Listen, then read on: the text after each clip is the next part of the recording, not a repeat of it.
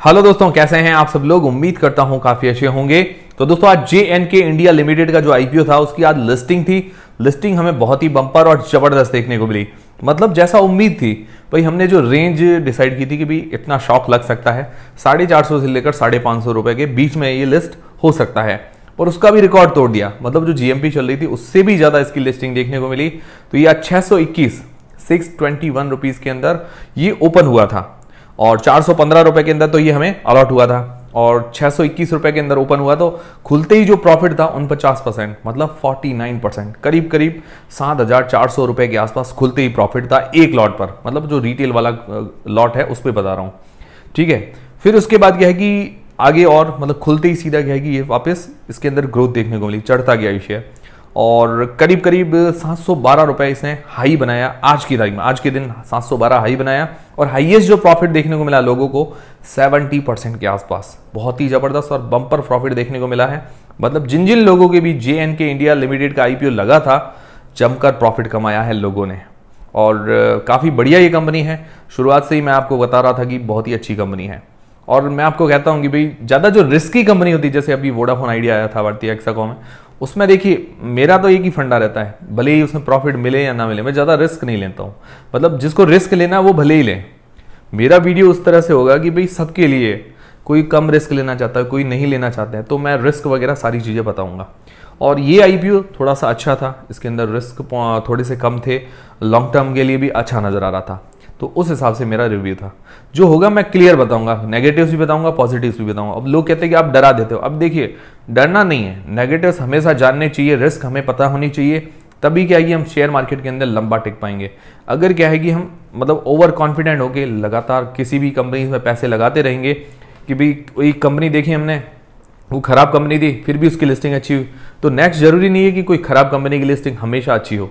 तो अच्छी कंपनी कोई होती है, उसकी लिस्टिंग भले ही खराब हो, पर वो आने वाले टाइम में जरूर वापस शेयर जो है रिकवर करेगा।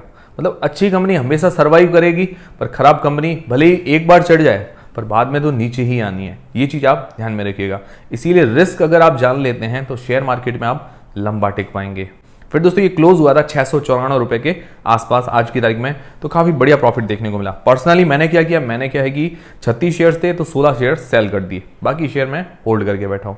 ज्यादा होल्डिंग का मेरा विचार था नहीं, मैंने कहा पूरे तो होल्ड नहीं करूंगा, थोड़ा बहुत सेल कर दूंगा, बाद में पड़े हैं।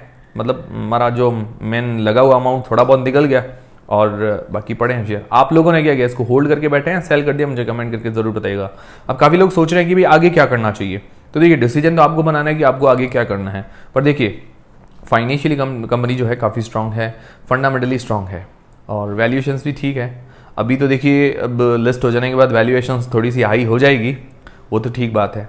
बाकी कंपनी का सेक्टर अच्छा है, मतलब इस सेक्टर के अंदर ज़्यादा कंपटीशन नहीं है, हर कोई एकदम आसानी से घुस नहीं पाता है। हीटिंग इक्विपमेंट्स मैन्युफैक्चर करती है, रिफाइनरीज, फर्टिलाइजर, जो बड़ी बड़ी फैक्ट्रीज है उन कंपनीज के लिए।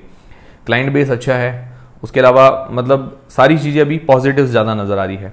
और एक ही चीज़ मैंने बताई थी कि भाई वैल्यूएशन थोड़ी सी हाई है, थोड़ी और सस्ती करते तो बढ़िया। तो ओवरऑल बढ़िया नज़र आ रहा है। अब आपको होल्ड करना नहीं करना ये आपको खुद को सोचना है, ठीक है। मैंने सारी चीज़ें आपके क्लियर कर दी है, और आप लोगों ने क्या क्या किया है मुझे कमेंट करके जरूर बताइएगा। फिर दोस्तों एक अपकमिंग IPO 6 मई को ओपन होने वाला है, इंडिजन लिमिटेड का IPO। इसकी GMP और ज़्यादा बढ़ गई है, मतलब लगातार इसकी GMP बढ़ती ही जा रही है। पर अभी GMP के भरोसे नहीं रहना है, ये ध्यान में रखिएगा। अभी एंकर लिस्ट वगैरह आ जाने दीजिए, तब क्या है कि सारी चीज़ें और स्थितियाँ क्लियर हो जाएगी। तो अभी आज की तारीख में लेटेस्ट GMP जो चल रही है 200 रुपये पर शेयर, 33 शेयर्स का लॉट है, 6,600 रुपये जैसा एक लॉट पर फायदा देखने को मिल रहा है। परसेंटेज वाइज 40% से ऊपर का ग्रे मार्केट का प्रीमियम है। बहुत ही जबरदस्त डिमांड चल रही है इस IPO की। अब देखते हैं एंकर लिस्ट कैसी आती है। रिव्यू वाला वीडियो मैं आज डाल चुका हूं, और भी अपडेट देता रहूंगा डेली। फिर दोस्तों अपकमिंग IPOs, दो अपकमिंग IPOs हमें जल्दी ही ओपन होते हुए देखने को मिल सकते हैं, जिसमें से एक की तो डेट फिक्स हो गई है, 8 मई से लेकर 10 मई के बीच में। TBO टेक ट्रैवल से रिलेटेड कंपनी है, मतलब जैसी वेबसाइट्स वगैरह होती है, मेक माई ट्रिप है, यात्रा.com, उस टाइप की ये वेबसाइट है। मैंने आपको कल भी कहा था कि मैंने ज़्यादा नाम नहीं सुन रखा, मैंने तो पहली बार ही इसका नाम सुना है। काफ़ी लोगों ने हालांकि सुन रखा है इसका नाम। अब रिव्यू वाले वीडियो के अंदर सारी चीज़ें क्लियर करेंगे जब इसका प्राइस बैंड मार्केट लॉट आएगा। अभी तक प्राइस बैंड मार्केट लॉट नहीं आया है। फिर आधार हाउसिंग फाइनेंस का IPO, ये IPO हमें जल्दी ही ओपन होते हुए देखने को मिल सकता है।